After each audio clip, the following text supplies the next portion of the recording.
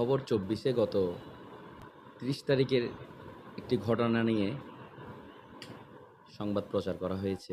আওয়ামী দোসরের ইন্ধনে এই গুজব ছড়ানোর জন্য আমাদের নামে যে সংবাদটি প্রচার করা হয়েছে সেটি সম্পূর্ণ মিথ্যা। আমি সেই ঘটনার বর্ণনা দিয়ে বলতে চাচ্ছি, গত ৩০ তারিখ বন্দরটিলা নাসির প্লাজাতে একটি দোকান সংক্রান্ত বিষয় নিয়ে জমিদারের কাছে গিয়েছিলেন। বাজারের যেই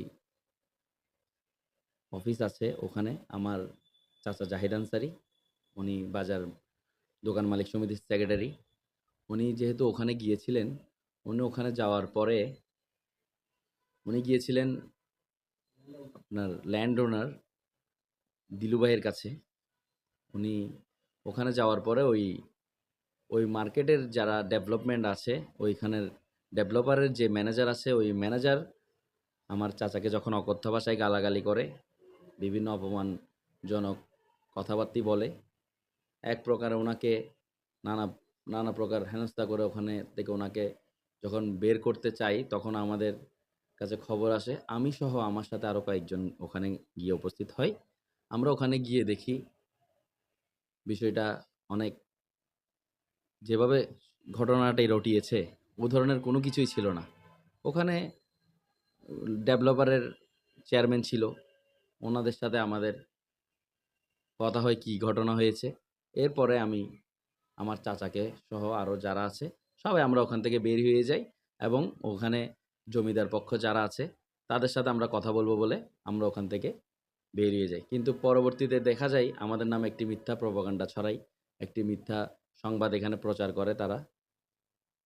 যাই হোক, আমি এখান থেকে সেই মিথ্যা সংবাদের তীব্র নিন্দা ও প্রতিবাদ জানাচ্ছি এবং এটাই সত্যতা যাচাই করার জন্য উদাত্ত আহ্বান জানাচ্ছি। মোহাম্মদ জাহিদ আনসারী, আমি বন্দরঠিলা বাজার কমিটির সেক্রেটারি এবং বিজয় থানা মাদক বিরোধী আন্দোলনের সভাপতি। আমি দীর্ঘদিন ধরে অত্র এলাকায় বিভিন্ন সামাজিক কাজ করে আসতেছি। ইনশাল্লাহ সমাজ সেবামূলক কাজে আমি জড়িত। কিন্তু অত্যন্ত দুর্ভাগ্য বিষয়, গত 30 তারিখ মঙ্গলবার আমি বন্দরঠিলা বাজার Nasir plaza landmark Nasir plaza মার্কেটে যাই আমার এক দোকানদারকে নিয়ে, দোকানের সমস্যা নিয়ে। ওখানে মার্কেট যেমন ছিল দিলুর সাথে আমি কথা বলি আমার মেম্বার নিয়ে, মেম্বারদের বিভিন্ন সমস্যা নিয়ে। সেই মুহূর্তে ল্যান্ডমার্ক কোম্পানির ম্যানেজার খুরশেদ এসে আমাকে ধাক্কি, আমাকে বিভিন্ন গালিগালাজ, অশ্লীল আচরণ, আমাকে বাজারে যদি মার্কেটে আমি যাই তাহলে আমাকে জীবনাশের হুমকি দে। সেই মুহূর্তে আমাদের বাজারে বিভিন্ন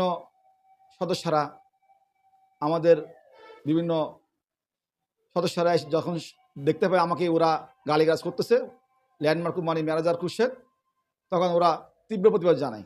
আমার অত্যন্ত দুঃখ লেগেছে যে আমি কোনো এলাকায় চাঁদাবাজির সাথে জড়িত না, কিন্তু ওরা আমাকে চাঁদাবাজ দেখেছে।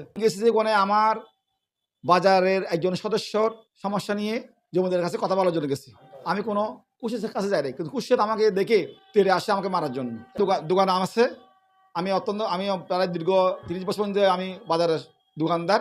আমি বাজার দোকানদার, আমি প্লাস আমি বাজারের সেক্রেটারি, বাজার কমিটির সেক্রেটারি। এই আমার ডকুমেন্ট আছে, এই যে আমার দলিলটা আমার দোকানের দলিল। তো আমরা যখন যাই বিভিন্ন বাজারের সমস্যা নিয়ে, তারা আমাদের সাথে বিভিন্ন সময়ে তেড়ে আসে। সেই জন্য আমরা তৎকালীন এই বিভিন্ন পুলিশ প্রশাসনের সাথে কথা বলেছি, মন্ত্রীর সাথে আমরা ভিজিট থানায় আমরা কথা বলেছিলাম তৎকালীন। এভাবে আমাদের অনেক ডকুমেন্ট আছে।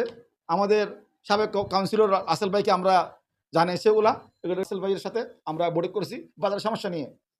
তারপরে ওরা বলেছে যদি 2013 সালের পর থেকে 2015 সালের ভিতরে যদি দোকান দিতে না পারে, তারা প্রত্যেক দোকানদারকে ওরা 10,000 টাকা ফাইন দিবে, মানে মাসওয়ারি প্রত্যেক মাসে 10,000 টাকা করে ওরা আমাদেরকে খোরাকি দিবে। অত্যন্ত দুঃখের বিষয়, আজকে দীর্ঘ প্রায় 12 বছর হয়ে গেছে ওরা আমাদেরকে খোরাকি যে 10,000 টাকা ওরা এখনো দিচ্ছে না। 10,000 টাকা হলে একটা দোকান 12 লাখ টাকা করে পাই ওই জমিদার থেকে, কিন্তু ওরা তালবাহানা করে 12 লাখ টাকা করে দিচ্ছে না দোকানদার থেকে। আমাদের দোকানদার অত্যন্ত নির্যাতিত। প্রায় আমাদের সদস্য 147 জন সদস্য। আমাদের বাজারের দোকান হচ্ছে যে এই চুক্তিবদ্ধ হয়েছে আমাদের সাপকাওয়ালা পাবে 103 জন। এই 103 জন দোকানদাররা এখনো দোকান বুঝে পাই নাই। অবশ্য আমার নাম আছে, আমি তো আপনাদের দলিল দেখাচ্ছি। দলিলটা আমাকে এখানে সামনে আছে, এটা আমার নাম আছে, অবশ্য নাম আছে। আমি একজন দোকানদার, যেখানে প্রমাণ, যেখানে আমি অত্র এলাকায় সিটিজেন ফোরামের সদস্য, আমি মাদক বিরোধী আন্দোলনের সভাপতি, আমি বাজার কমিটির সেক্রেটারি। সেখানে কিশোর গ্যাং প্রয়োজন কিসের? কিশোর গ্যাং তো আমরা আরও দমন করছি। কিশোর গ্যাং যেখানে আছে সেখানে আমরা প্রতিরোধ করছি। আজ কিশোর গ্যাং আমরা এটা এটা অবাস্তব একটা কথা। কারণ যেখানে আমরা কিশোর গ্যাংয়ের বিরুদ্ধে, সেখানে আমরা কিশোর গ্যাং কিসের? আমি নিজে একজন মাদক বিরোধী আন্দোলনের সভাপতি, বাজারের সেক্রেটারি। আমি কিশোর গ্যাং আমার প্রয়োজন নাই। যেহেতু আমি একটা রাজনৈতিক দলের সঙ্গে জড়িত, আমি তাঁতের দল চট্টগ্রাম মহানগর কমিটির যুগ্ম আহ্বায়ক, সেখানে আমার কিশোর গ্যাংয়ের প্রয়োজন কিসের? এটা একটা সম্পূর্ণ মিথ্যা বানোয়াট। আর ওরা নিজেরা ওই মার্কেটের, ওরা নিজেরা আওয়ামী লীগের দূষর। বাজারের দোকানদাররা ওদের থেকে টাকা পায়। প্রত্যেক মাসে যদি 10,000 টাকা হয়, তাহলে কত হয়? একটা দোকানের 12 বছরে 12 লাখ টাকা হয়। তাহলে কীভাবে ওরা 12 লাখ টাকা দিবে দোকানদারকে? সেই জন্য আমাকে দমন করার জন্য, আমি জাহেদ আনসারকে দমন করার জন্য, কারণ আমি যদি নরম হই, আমার গলা যদি ছোট হয়, তাহলে বাজারের দোকানদাররা ছোট, বাজার দোকানদাররা প্রতিরোধ করতে পারবে না।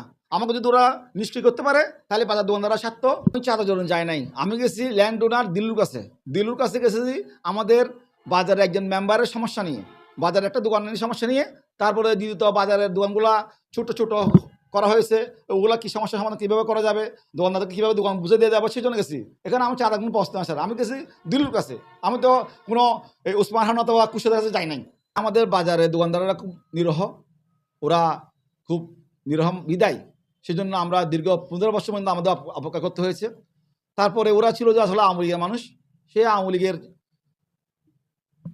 দাপটে আমাদের দোকানদাররা খুব নিরহ ছিল। এখন আমরা ইনশাল্লাহ আমরা ধীরে ধীরে ল্যান্ডলর্ড যারা, তাদের সাথে কথা বলবো।